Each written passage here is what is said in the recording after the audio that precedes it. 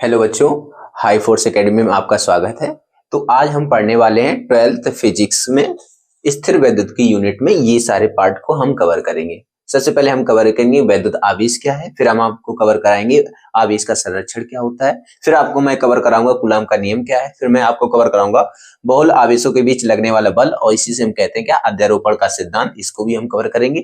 फिर हम करेंगे आवेश का वितरण। आवेश का वितरण दो तरीके से होगा, कौन कौन सा होगा, सतत आवेश वितरण होगा और असतत आवेश वितरण होगा। तो उसमें से सतत आवेश वितरण हमारा टॉपिक है, असतत आवेश वितरण जो है हमारा टॉपिक नहीं है।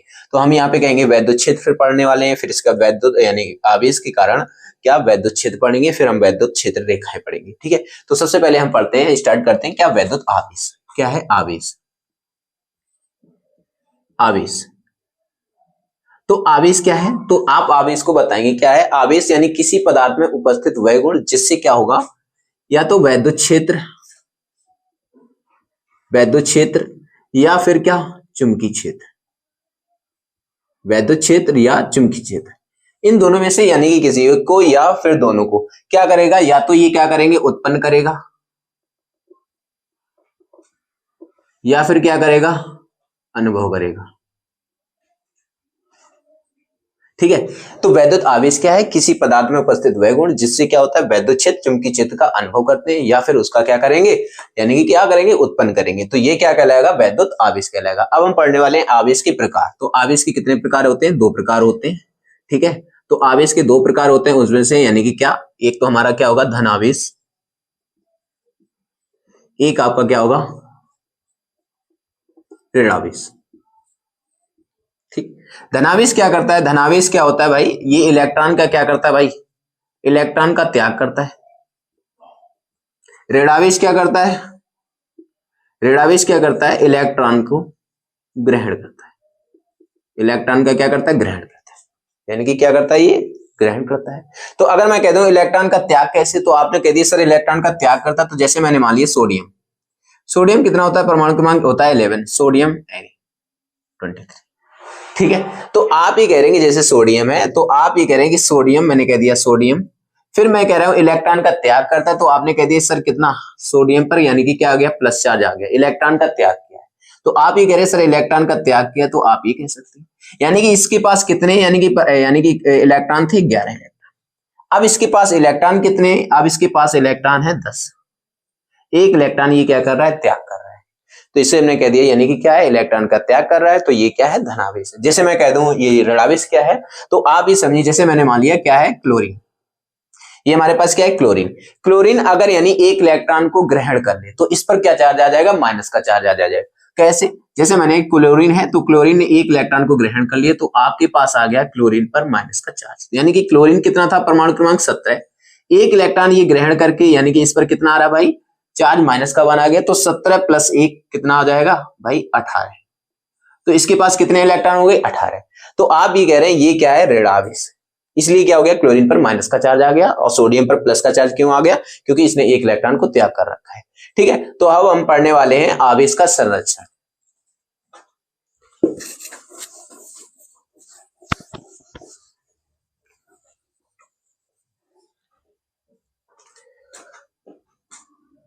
आवेश का संरक्षण, आवेश का संरक्षण क्या है, तो हम इसको लिखेंगे क्या, आवेश को ना तो उत्पन्न कर सकते हैं,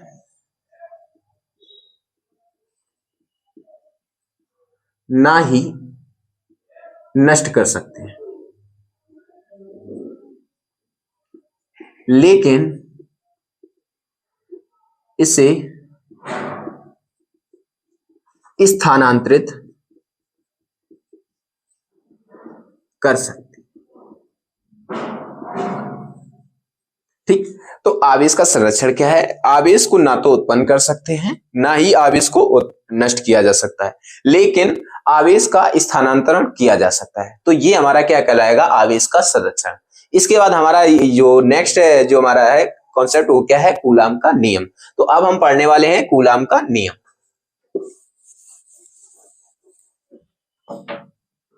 ठीक है। अच्छा, कूलाम के नियम से पहले मैं थोड़ा आवेश का क्वांटम पढ़ लेता हूं। क्वांटीकरण आवेश का, आवेश का क्या पढ़ने वाले हैं? क्वांटीकरण। आवेश का क्वांटीकरण का मतलब क्या है? तो आप ये कह रहे हैं कि जो आवेश है, आवेश है वो क्या होगा? इलेक्ट्रॉन का क्या होगा? पूर्ण गुणज होगा। कैसे होगा? इलेक्ट्रॉन का पूर्ण गुणज, यानी कि आवेश का क्वांटीकरण Q बराबर क्या होगा? N। फार्मूला ये याद रखेंगे, Q बराबर क्या होगा? N। N क्या है? इलेक्ट्रॉनों की संख्या है। E क्या है? आपका इलेक्ट्रॉन पर आवेश है। तो आप यानी इलेक्ट्रॉन पर आवेश कितना होता है? तो आप कहेंगे इलेक्ट्रॉन पर आवेश होता है 1.6 इंटू 10 की पावर माइनस का 19, ये यानी कूलम। यानी इलेक्ट्रॉन पर आवेश कितना होता है? ठीक है। तो आवेश का क्वांटीकरण, आवेश का क्वांटीकरण में फार्मूला आप याद रखेंगे, Q बराबर क्या होता है? Ne होता है। N क्या है? आवेश, यानी कि क्या है? इलेक्ट्रॉनों की संख्या है। E क्या है? इलेक्ट्रॉन, इलेक्ट्रॉन पर आवेश कितना होता है? ये होता है। और Q हमारा क्या है? आवेश है। ठीक है। तो अब हम पढ़ेंगे क्या? कूलम का नियम।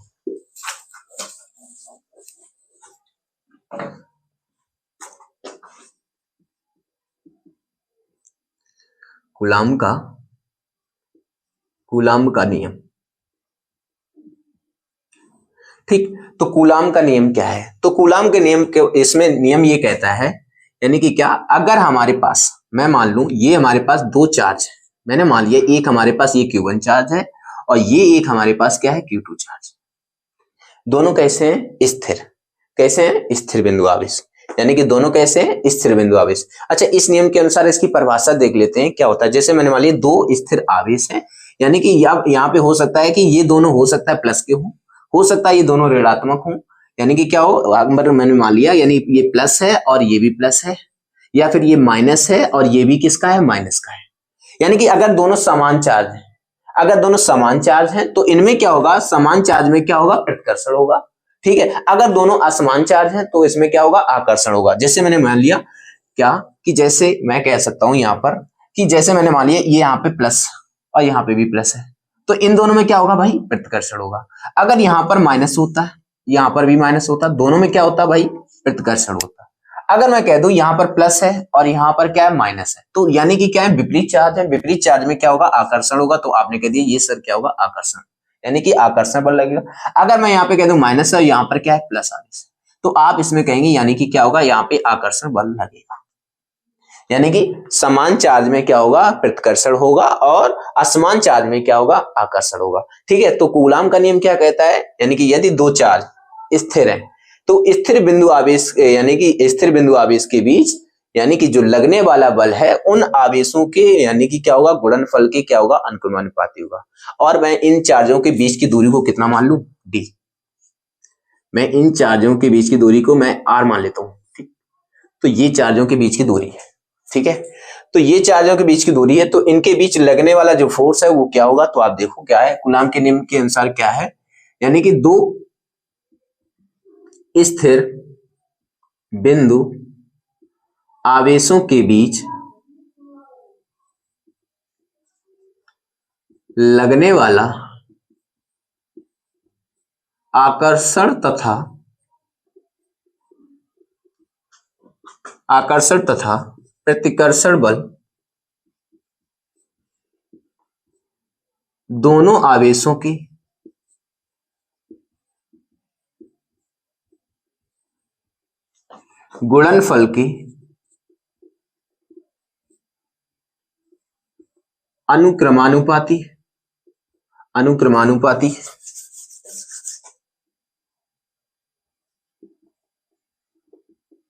होता है तथा उनके बीच की दूरी के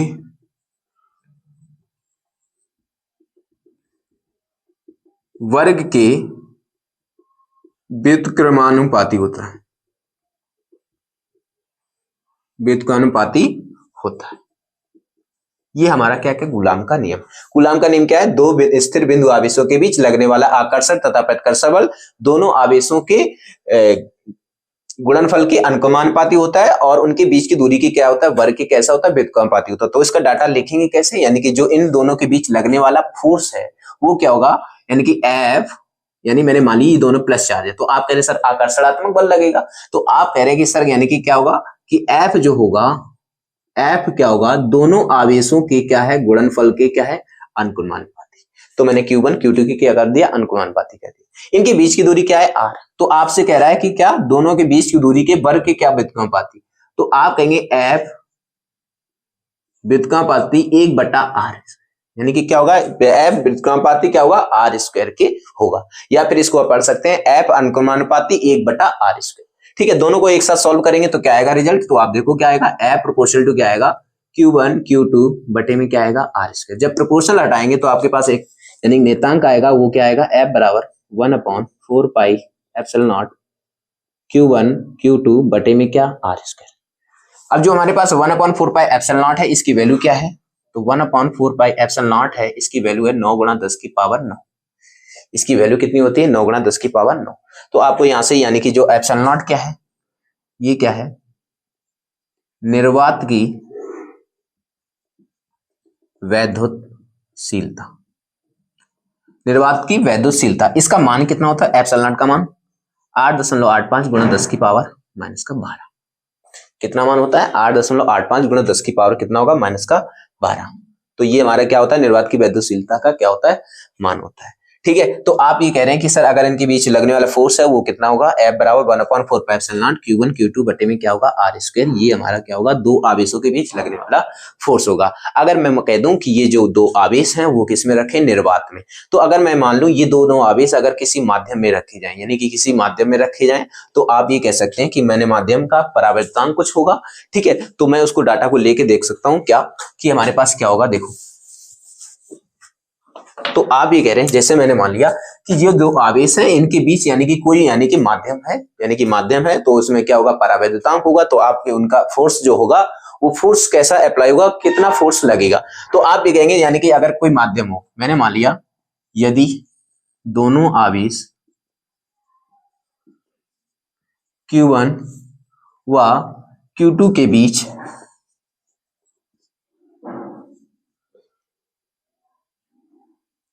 क्या हो, माध्यम, दोनों आवेश Q1 Q2 क्या हो, माध्यम के हो। ठीक है, तो आप ये कह रहे हैं कि इन पर यानी कि जो फोर्स होगा वो कितना रह जाएगा, फोर्स कितना होगा, तो आप कहेंगे F बराबर 1/4 पाई एप्सिलॉन नॉट के Q1 Q2 बटे में क्या आएगा, R²। तो ये आपका क्या होगा, यहाँ पर फोर्स होने वाला है। तो आप ये कह रहे हैं कि जो हमारा जो फोर्स है वो क्या है, Q1 Q2 आवेश पर लगने वाले फोर्स की कैसा है भाई, यानी कि क्या था, अनुक्रमानुपात था, उनके बीच की दूरी की क्या था भाई, व्युत्क्रमानुपाती था।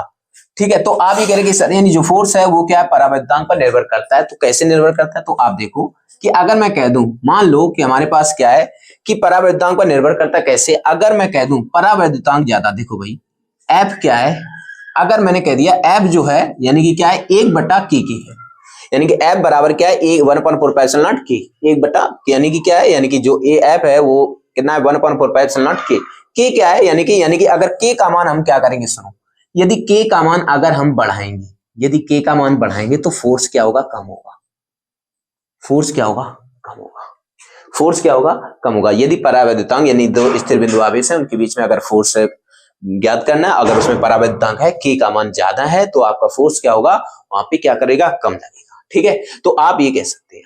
ठीक है, तो आप ये कह रहे हैं कि सर चलो ठीक है, अगर मैंने कह दिया परावैद्युतांक K है तो मीडियम में है, तो आप ये कह रहे हैं माध्यम में इसका मान कितना हो जाएगा, तो आप कह रहे हैं कि सर निर्वात में हमारा इतना फोर्स है। अगर ये मैं कह रहा हूं ये मीडियम में है, तो आप ये किस में कह रहे हैं, जो फोर्स निकाला है ये किस में निकाला है, मीडियम में निकाला। तो इसको लिखेंगे क्या, FM बराबर 1/4 pi epsilon not K Q1 Q2 बटे में क्या, R²। तो आप इसको देख सकते हैं, यानी कि जो हमारे ये जो फोर्स है वो किसमें है, निर्वात में। तो आप इसमें यहाँ पे इसकी जो वैल्यू है यहाँ पे देख सकते हैं क्या आएगी, तो FM बराबर लिख सकते हैं यानी कि क्या, F बटे M, F बटे M, F बटे M। तो आपके पास फोर्स कितना होगा, तो आप लिखेंगे F बराबर क्या लिखेंगे, M इंटू क्या होगा, F, जो हमारे पास कितना फोर्स होगा, अगर मैं देखूंगा निर्वात का जो फोर्स होगा वो क्या होगा, माध्यम का फोर्स तथा उनके बीच यानी कि क्या होगा, जो परावैद्युतांक K है, यहाँ पे क्या है, परावैद्युतांक K है, तो K के क्या होगा, मल्टीपल में होगा।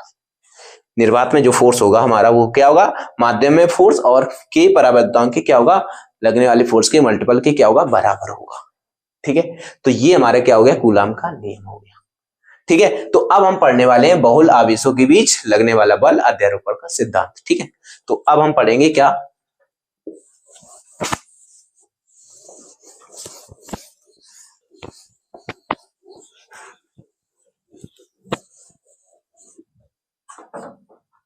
बहुल आवेशों के बीच, बहुल आवेशों के बीच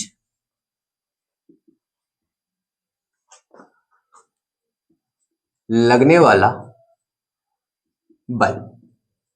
ठीक है, इसी से हम पढ़ लेंगे क्या, अध्यारोपण का सिद्धांत। तो हमारा ये यूनिट मतलब हमें कवर करना है ये। ठीक, बहुल आवेशों के बीच लगने वाला बल क्या होता है। ठीक है, तो आप ये कहेंगे सर अभी तो मैंने पढ़ा था दो आवेशों के बीच लगने वाला बल, तो अब हम क्या पढ़ने वाले, बहुत सारे आवेश होंगे, तब हमारे पास क्या होगा, फोर्स क्या होगा, किसी एक बिंदु पर हमें निकालना हो फोर्स, तो हम कैसे निकालेंगे, उसको फाइंड आउट करेंगे कैसे, बहुल आवेशों के बीच लगने वाले बल से। इसको हम कह सकते हैं यहाँ पर अध्यारोपण का सिद्धांत लगाएंगे। ठीक है, तो मैं मान के चलता हूँ कि जैसे मैंने मान लिया कि ये क्या है हमारे पास, एक मैंने मान लिया Q2 चार्ज है, यहाँ पर हमारे पास क्या है Q1 चार्ज है। ठीक है, तो मैं कह रहा हूँ यहाँ पर हमारे पास क्या है Q3 चार्ज है, और हमारा यहाँ पे क्या है, मैंने मान लिया Qn चार्ज है, यहाँ पर कोई पॉइंट है। ठीक, तो मैं इसके कारण Q2 के कारण Q1 पर जो लगने वाला फोर्स होगा, तो आप कह रहे हैं कि सर इस पर जो फोर्स होगा F क्या होगा, 1 पर बाई किसके द्वारा, 2 के द्वारा, तो यानी कि फोर्स पहले आवेश पर किसके द्वारा, दूसरे, तो इसको क्या लिखेंगे, F12 लिखेंगे। ठीक है, इसकी डायरेक्शन पे ये आएगी तो F12 वेक्टर होगा। ठीक है, क्योंकि फोर्स सदिश राशि है तो इस पर वेक्टर चढ़ेगा, तो आप ये कहेंगे। ठीक है, तो मैंने कह दिया कि 12 इसकी यानी कि स्थिति सदिश क्या होगी, तो आप लिखेंगे, मैंने इसके डिस्टेंस r मानते तो इसकी स्थिति सदिश क्या हो जाएगी, तो आप कहेंगे सर R12 का। ठीक, तो आप ये कह रहे हैं अगर मैंने कह दिया इस Q3 आवेश के कारण Q1 पर लगने वाला बल क्या होगा, तो आप ये कह रहे हैं कि यानी कि आप इस तरीके से बल लगाएंगे, किस तरीके से, तो आपने कह दिया कि यहां पर क्या लगेगा, ये बल लगेगा, क्या होगा कि F लगेगा किस पर, 1 पर बाई किसके द्वारा, 3 के द्वारा, F1/3, तो ये वेक्टर चलेगा। ठीक है, तो यहां पर क्या होगा, इसको मैंने इससे मिला लिया, फिर मैं कह रहा हूं यानी कि ये O पॉइंट है, यहां से मैंने मान लिया कि यहां पर क्या होगा, मैं मान के चलता हूं यहां पर क्या होगा कि O पॉइंट है किसी बिंदु पर। ठीक, और Qn के द्वारा मैंने मान लिया कि ये हमारे पास फोर्स लगा रहा है, ये किसके द्वारा, कि F लग रहा है किस पर, 1 आवेश पर बाई n आवेश के द्वारा, Qn आवेश के द्वारा। ठीक, इनको मैं मिला लेता हूं थोड़ा। ठीक, तो आप ये कह रहे हैं कि सर कि इन बिंदु आवेश से मैंने मान ली इसको O पॉइंट। ठीक है, तो आप ये कह रहे हैं कि सर कि एक बिंदु पर यानी कि क्या Q1 पर ये सारे समस्त आवेश क्या लगा रहे हैं, फोर्स लगा रहे हैं। ठीक है, यहां पर फोर्स लग रहा है भाई, ये भी फोर्स अप्लाई करेगा। ठीक, तो आप ये कहेंगे सर कि हमारे पास यहाँ पर टोटल फोर्स कितना होगा, तो आप ये कहने वाले कि सर टोटल हमारा जो फोर्स होगा यानी कि किसी एक बिंदु पर लगने वाला जो फोर्स है वो समस्त बिंदु आवेशों के द्वारा लगने वाले फोर्स की क्या होगा, योग के सदिश योग के क्या होगा, बराबर होगा। यानी Q1 आवेश पर जो लगने वाला बल है कुल, वो क्या होगा, यानी Q2 Qn Q3 यानी इनके द्वारा समस्त लगाए गए बलों के योग की क्या होगा, बराबर होगा। इसी को हम क्या कह सकते हैं, अध्यारोपण बहुल आवेशों की यानी कि बीच लगने वाला बल या फिर अध्यारोपण का सिद्धांत। तो इनके बीच लगने वाला बल क्या मान कितना होगा, तो आप कहेंगे सर इस पर लगने वाला फोर्स यानी कि क्या होगा, F क्या होगा, वो आपके पास F नेट निकालना है, वो क्या होगा, किसके बराबर होगा, तो F किसके द्वारा, एक आवेश पर F ऑन 1 आवेश, किस पर, पहले आवेश पर लगने वाला बल क्या होगा F, वो किसके बराबर होगा, तो आप लिखेंगे क्या, यानी किसके बराबर होगा, समस्त आवेशों के योग के क्या होगा, बराबर होगा। तो F क्या होगा 12 वेक्टर प्लस का F13 वेक्टर प्लस का क्या होगा, ऐसे डॉट डॉट प्लस कहां तक, कितने कई भी चार्ज हो जितने भी हो, तो आप लिख सकते हैं F/n, ये हमारे पास क्या होगा, Q1 आवेश पर लगने वाला फोर्स होगा। ठीक है, तो आप देखो यानी कि F यानी कि इसका मान F12 का मान कितना होगा, तो अगर मैंने मान ली इसकी डिस्टेंस कितनी है, R12 कैप है, अगर मैं इससे डिस्टेंस मान लूं तो क्या होगी, R23 कैप होगी, और इससे डिस्टेंस मान लूं तो क्या होगी, R कितनी होगी भाई, R यानी कि कितनी होगी भाई, 1 2 पर 1 यानी कि क्या होगा n कैप। ठीक है, तो आप ये कह सकते हैं कि सर F F12 वेक्टर का मान कितना होगा, तो आप देखेंगे क्या होगा, तो आप देख लो F12 वेक्टर का जो मान होगा क्या होगा 1/4πε0 और क्या होगा 12, यानी कि क्या, ये दो चार्ज हैं तो Q1 Q2 बटे में क्या होगा, डिस्टेंस कितनी होगी, तो आप कहेंगे सर R12 का क्या है, यानी कि डिस्टेंस कितनी है, R12 है, तो आप लिखेंगे R12 का स्क्वायर लिखेंगे और इसकी डायरेक्शन है वो क्या है, स्थिति सदिश है R12 का कैप, तो आप यानी कि फोर्स सदिश राशि है तो आप यहाँ पे लिख सकते हैं R12 का कैप। ये क्या कर रहा है, फोर्स की डायरेक्शन को शो कर रहा है, ठीक है। तो आपका F12 निकल आया। अब यहाँ पे देखेंगे क्या F23 क्या होगा, तो आप देखेंगे F23 वेक्टर क्या होगा 1/4πε0, ठीक है। तो क्या कहेंगे भाई, इस यहाँ पे कितना होगा बताओ, Q2 और Q3, यानी Q1 और Q3, तो आप कहेंगे Q1 इंटू Q3 बटे में क्या आएगा R1, R किसके द्वारा 1 पर लग रहा है भाई, 1 होगा, तो आप लिखेंगे क्या 13 का स्क्वायर इंटू में क्या होगा R13 का कैप। ये क्या कर रहा है, जो 13 वेक्टर है वो क्या, यानी कैप है वो क्या कर रहा है, फोर्स की, यानी कि बता रहा है कि इसकी स्थिति सदिश क्या है, कि इसकी ओर है, इसकी स्थिति सदिश क्या है, इसकी ओर है, ठीक है। तो आप ये कह रहे, तो ठीक, अगर मैं देख लूं F1n वेक्टर बराबर कितना होगा, तो आप कहेंगे 1/4πε0 Q1 क्या होगा Qn बटे क्या होगा 1n का होल स्क्वायर इंटू क्या R1n का वेक्टर, सही है। तो अगर मैं देखूं नेट इसका देखूं तो क्या आएगा रिजल्ट, आपका आएगा क्या आएगा रिजल्ट, तो आप लिखेंगे F1 बराबर क्या आएगा बताओ, रख लो, तो क्या आएगा 1/4πε0, सभी से क्या हो जाएगा, कॉमन हो जाएगा। देखो इन सारे में जब पुट वैल्यू करेंगे तो 1/4πε0 सभी से कॉमन होगा, और क्या कॉमन मिल रहा है Q1, और क्या मिल रहा है कॉमन, Q1 मिल रहा है, तो आप लिखेंगे क्या Q1 कॉमन आ जाएगा, तो इसको आप आगे ऐसे लिख सकते हैं Q1 ब्रैकेट में क्या होगा बताओ, Q2 बटे क्या होगा R12 क्या होगा, R12 का कैप होगा, ये स्क्वायर लगा देंगे, क्या होगा Q3 होगा, क्या होगा बताओ R13 का स्क्वायर क्या होगा, R13 का कैप लगा देंगे, plus dot dot dot dot कितने होंगे, चाहे जितने भी हमारे पास आवेश हों उनका सबका मान लिखेंगे, Qn बटे में कितना होगा, तो आप लिखेंगे क्या होगा Qn बटे में क्या आएगा R1n का होल स्क्वायर R1n का वेक्टर। ये हमारे पास क्या आएगा, नेट फोर्स आएगा किस पर, इस Q1 आवेश पर, ठीक है। तो ये हमारे पास फोर्स आ गया, यानी बॉल आवेशों के बीच लगने वाला बल आ गया, ठीक है। तो अब हम जो क्लियर करेंगे क्या, नेक्स्ट हमारा टॉपिक है आवेश का वितरण। आवेश का वितरण आपको पढ़ाएंगे, उसमें आवेश के वितरण में है क्या, तो आवेश का वितरण दो तरीके से होगा, एक तो आपका सतत आवेश वितरण होगा, एक असतत आवेश वितरण होगा, ठीक है। तो बच्चों इसको आप स्क्रीनशॉट ले सकते हैं, आप इसको नोट डाउन कर सकते हैं, ठीक है। तो अब हम जो पढ़ाने वाले हैं आपको वो पढ़ाएंगे आवेश का वितरण। आवेश का वितरण कैसे होता है तो आपको बताना है, दो तरीके से होगा, एक तो सतत आवेश वितरण होगा, एक आपका असतत आवेश वितरण होगा। तो हम सतत आवेश वितरण की यहाँ पे बात करेंगे, असतत वितरण जो है हमारा टॉपिक नहीं है, तो हम सतत आवेश वितरण में पढ़ेंगे टॉपिक क्या क्या, ठीक है। देखते हैं, तो यहाँ से इसको हटाएं, चल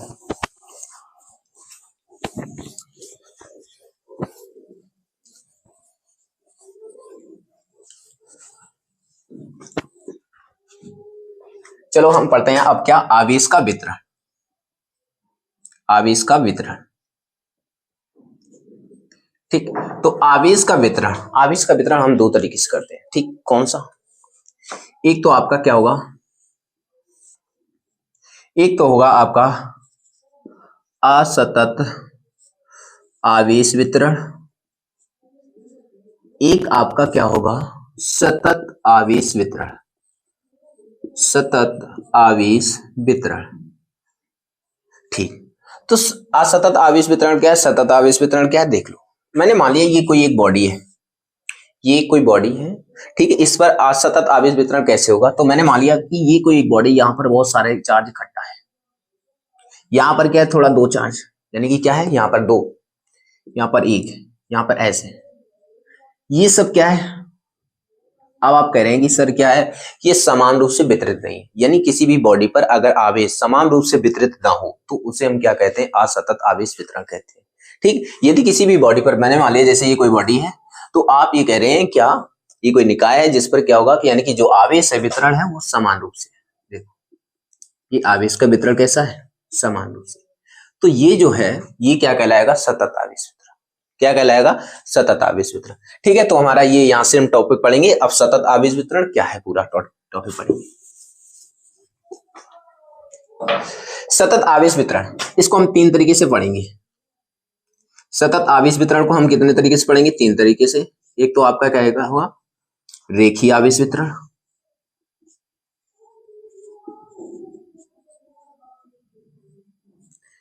ठीक है, तो रेखीय आवेश वितरण क्या होता है? मान लो एक कोई लीनियर है, यानी कि रेखा है, लाइन है, इस पर यानी कि क्या है, समान रूप से मैंने क्या कर दिया, आवेश को वितरित कर दिया।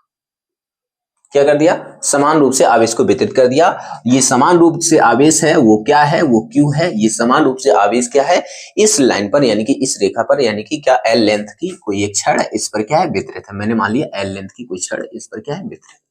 तो ये क्या आवेश जो वितरण है वो क्या होगा? सतत आवेश वितरण। रेखीय आवेश वितरण जो होगा ये होगा। अगर मैं कह दूं रेखीय आवेश घनत्व क्या है, तो आप यहाँ पे कहेंगे रेखीय आवेश घनत्व। यहीं से अगर इसका देखना चाहें तो आपका रिजल्ट आएगा क्या? रेखीय आवेश घनत्व। अगर मैं यहां से निकालूं रेखीय आवेश घनत्व, तो आप ये कहेंगे, ठीक है, तो आप रेखीय आवेश घनत्व कहेंगे तो आप ये कहेंगे सर क्या होगा कि लैम्डा इक्वल टू क्या होगा? लैम्डा इक्वल टू आवेश इन यूनिट लेंथ। यानी कि क्या? यानी कि एल लेंथ में जो आवेश वितरित है इसे ही हम क्या कहेंगे? रेखीय आवेश घनत्व कहते हैं। क्या कहते हैं भाई? रेखीय आवेश घनत्व कहते हैं। ठीक है, मैं कह दूं यानी कि रेखीय आवेश वितरण क्या होगा? यदि किसी एक एल लंबाई का कोई रॉड है या छड़ है, उस पर आवेश समान रूप से वितरित है, तो इसे हम रेखीय आवेश वितरण कहेंगे। अगर मैं कह दूं रेखीय आवेश घनत्व बताइए, तो आप क्या कहेंगे? यानी एल लंबाई के लेंथ पर यानी कि कोई छड़ है उस पर यानी आवेश क्यू समान रूप से वितरित है, तो यानी कि क्या होगा? रेखीय आवेश घनत्व यानी कि लैम्डा इक्वल टू क्या होगा? क्यू बटे एल होगा। ठीक है, अगर मैं यहां से अब हम बात करेंगे क्या? पृष्ठीय आवेश वितरण।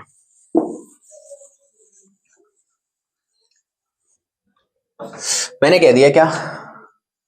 पृष्ठीय आवेश वितरण। ठीक है, तो पृष्ठीय आवेश वितरण क्या है? मैंने मान लिया ये कोई एक क्या है, एक कोई यानी कि बॉडी है, यानी कि इसका एरिया है। ये क्या है? एरिया है। ये किसी क्षेत्रफल पर मैंने मान लिया समान रूप से ऐसे वितरित है, तो ये क्या है? पृष्ठीय आवेश वितरण है। ये क्या है? पृष्ठीय आवेश वितरण है। अगर मैं कह दूं कि पृष्ठीय आवेश घनत्व कितना है? पृष्ठीय आवेश घनत्व, पृष्ठीय आवेश घनत्व, तो आप ये कहेंगे सर पृष्ठीय आवेश घनत्व क्या होगा? तो आप कहेंगे सर सिग्मा इक्वल टू, ये जो आवेश है वो क्या है? क्यू आवेश है। ये क्या है? क्यू आवेश है, समान रूप से वितरित है, और इसका यानी कि जो ये पृष्ठीय है यानी कि क्या है? एरिया है इसका क्या? तो सिग्मा इक्वल टू क्या होगा? क्यू बटे ए। सिग्मा इक्वल टू क्या होगा? क्यू बटे ए। तो इसे हम क्या कहेंगे? पृष्ठीय आवेश वितरण कहेंगे। ठीक है, अब हम पढ़ने वाले हैं क्या? आयतन आवेश वितरण। क्या पढ़ेंगे भाई? आयतन आवेश वितरण। ठीक है, तो आयतन आवेश वितरण में देख लो क्या है, आयतन आवेश वितरण। आयतन आवेश वितरण, जैसे आप मान लो एक घनाभ है आपके पास, एक घनाभ है, ये घन है, मान लो ये हमारे पास क्या है? घन। ठीक, या फिर आपके पास के जैसे मान लिया ये डस्टर है, ये डस्टर है क्या है? यानी कि इसको हम कह सकते हैं ये घनाभ के आकार का है। ठीक, जैसे मान लो ये एक हॉल है, ये भी क्या है? अगर यानी कि ये क्या है? घनाभ है। तो अब हम कह रहे हैं कि अगर इस पर आवेश वितरित है, यानी कि इसके सभी पृष्ठ पर क्या होगा? आवेश समान रूप से वितरित है। मैं कह रहा हूं इसके सभी पृष्ठ पर क्या है? आवेश जो है वो समान रूप से वितरित है, और इसका आयतन क्या है? v है। इसका आयतन क्या है? v है। इसका आयतन क्या है? v है।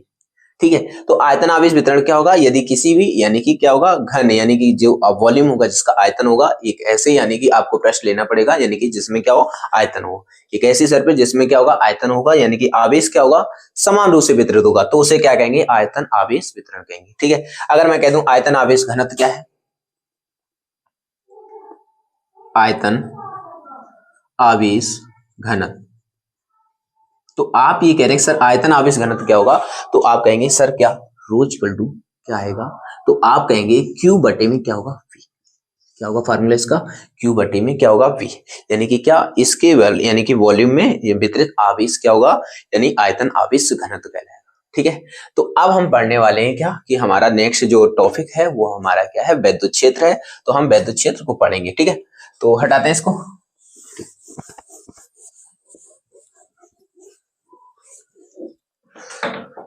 क्या पढ़ना है मुझे? वैद्युत क्षेत्र। वैद्युत क्षेत्र, ठीक।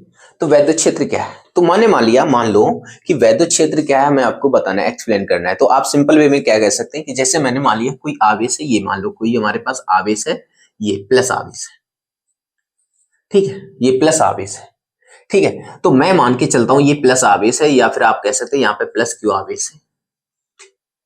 इसके चारों ओर वह क्षेत्र जहां तक ये अपने आकर्षण या प्रतिकर्षण का क्या कर सकता है भाई, अनुभव कर सकता है। यानी कि मान लो कि यदि इसके चारों ऐसा क्षेत्र जहां तक ये क्या करता है, अपने आकर्षण या प्रतिकर्षण का यानी कि प्रभाव डाल सकता है, क्या कहलाएगा, वैद्युत क्षेत्र कहलाएगा। यदि कोई आवेश अपने चारों ओर से क्षेत्र जिस पर क्या आकर्षण और प्रतिकर्षण का प्रभाव डालता है, तो वह क्षेत्र जो कहलाएगा वो क्या कहलाएगा, वैद्युत क्षेत्र कहलाएगा। लिख सकते हैं क्या, यदि कोई आवेश अपने चारों ओर जहां तक प्रभाव डाल सकता है, वैद्युत क्षेत्र कहलाता है। सिंपल भाषा में रखो, यदि कोई आवेश अपने चारों ओर जहां तक प्रभाव डाल सकता है, यानी कि किसका भाई, आकर्षण और प्रतिकर्षण का, यहाँ पे लिख सकते हैं, यानी कि क्या करेगा भाई, ये आकर्षण और प्रतिकर्षण का प्रभाव डाल सकता है। आप इसको सेट कर लेना, ठीक। तो ये क्या कहलाएगा, वैद्युत क्षेत्र कहलाएगा, ठीक है। तो मैं मान के चलता हूं, जैसे मैंने मान लिया ये क्यू आवेश है और ये इस फील्ड तक यानी कि क्या अपना प्रभाव डाल रहा है, देखो ये इस फील्ड तक अपना प्रभाव डाल रहा है, तो ये आवेश का ये सारा जो क्षेत्र है ये क्या कहलाएगा, वैद्युत क्षेत्र कहलाएगा। जैसे मैंने मान लो कि जैसे मैंने मान लिया कोई क्यू नॉट आवेश है, इस चार्ज से यानी कि ये कोई दूरी पर रखा है, अगर ये यहां पर रखा है तो ये चार्ज जो है ये इस पर कोई प्रभाव नहीं डाल रहा, ना ही आकर्षण का ना ही प्रतिकर्षण का। अगर इस चार्ज को उठा करके मैं यहां पे लाऊं, मैं क्या लाऊं, यहां पर लाऊं, इस चार्ज को उठा करके मैं इसकी यानी कि एक ऐसी सीमा पर लाऊं जहां पर ये क्यू आवेश इस पर अपना क्या डाल सके, प्रभाव डाल सके। कैसे, जैसे मैंने मान लिया ये प्लस आवेश है और परीक्षण आपका मान लो आपका जो जो परीक्षण आवेश है हमेशा धनात्मक होता है, ठीक है, ध्यान रखना कि परीक्षण आवेश हमेशा कैसा लिया जाता है, धनात्मक। ये मैंने मान लिया परीक्षण आवेश है, मैं इसको यहाँ पे ले आ रहा हूँ इसके फील्ड पे। तो आप ये करें कि जब परीक्षण आवेश इसके फील्ड पे आता है तो ये जो प्लस आवेश है इस पर क्या होगा, प्रतिकर्षण का प्रभाव डालेगा। अगर यहाँ पर ऋणात्मक आवेश होता है तो ये क्या करता है, इसको आकर्षित करता। अगर मैं कहता यहाँ पे माइनस चार्ज होता तो इस परीक्षण आवेश को ये अपनी ओर क्या करता, अट्रैक्ट करता, ठीक है, तो आकर्षण बल लगता। अब यहाँ पे ये प्लस चार्ज है तो ये जब क्यू नॉट इस यानी कि उसके सरफेस पे शिफ्ट होगा तो आप ये कह रहे हैं जहां तक इसका वैद्युत क्षेत्र है यहाँ पर इसको लेके आएंगे तो इस पर क्या लगेगा, प्रतिकर्षण बल लगेगा। तो यही क्या है, अपना वैद्युत क्षेत्र है, ठीक। तो अब हम पढ़ेंगे क्या, वैद्युत आवेश के कारण क्या होगा, वैद्युत क्षेत्र क्या होगा, ठीक है। तो समझना इसका फार्मूला अगर मैं देख लूं यानी कि क्या कि वैसे अगर मैं इसकी परिभाषा देखूं, एकांक आवेश पर लगने वाला जो बल है यानी कि क्या होगा, यानी कि क्या कहलाएगा, वैद्युत क्षेत्र कहलाएगा, ठीक है। तो यानी इसकी परिभाषा यानी कि इसका फार्मूला क्या होगा, ई बराबर क्या होगा, एफ बटे क्यू, एकांक आवेश पर लगने वाला बल यानी कि या फिर परीक्षण आवेश पर लगने वाला बल ही क्या कहलाता है, वैद्युत क्षेत्र। आप इसका परिभाषा ऐसे भी लिख सकते हैं, किसी परीक्षण आवेश पर लगने वाला बल ही क्या कहलाएगा, वैद्युत क्षेत्र कहलाएगा। इसका मात्रक क्या होगा, तो आप कहेंगे सर न्यूटन प्रति क्या होगा, कूलम। इसका मात्रक क्या होगा, न्यूटन प्रति कूलम होगा, ठीक है। तो ध्यान रखना है न्यूटन प्रति कूलम होगा। इसकी विमा क्या होगी तो आपको देख लेना है, इसकी विमा क्या होगी, एम एल टी की पावर माइनस का 2 होता है, और जो हमारे पास Q है वो क्या है, कूलाम है, यानी कि क्या है, Q बराबर हमने पढ़ा है I इंटू टी। आई क्या होगा, एम्पियर होगा, और T क्या होगा, समय। तो T नीचे है तो माइनस का 2 तो न्यूटन में पहले से होती है, एक T नीचे होगी, वो कहाँ देखो न्यूटन की लिख लो पहले, ये होगी, और ये क्या होगा, I इंटू टी, तो A इंटू क्या होगा, T। तो आप इसको लिख सकते हैं क्या आएगा, एम एल टी की पावर माइनस का 3, ए की पावर क्या होगा, माइनस का 1। ये आपकी क्या है, बीमा है इसकी, ये क्या है, बीमा, ठीक है। तो ये वैद्युत क्षेत्र की बीमा है, और वैद्युत क्षेत्र कौन सी राशि है, सदिश राशि। तो आप इस पर क्या लगा लें, लगा लें, ठीक है। वैद्युत क्षेत्र कौन सी राशि है, सदिश राशि है। वैद्युत क्षेत्र कौन सी राशि है, सदिश राशि है। तो ई वेक्टर क्या होगा, एफ वेक्टर बटे क्या होगा, क्यू नॉट। क्यू नॉट आपका क्या है, अदिश राशि है। वैद्युत आवेश क्या होता है, अदिश राशि, ये क्या आती है, ठीक। तो ये हमारे पास हो गया वैद्युत क्षेत्र। तो अब हम पढ़ने वाले हैं वैद्युत आवेश के कारण वैद्युत क्षेत्र, ठीक।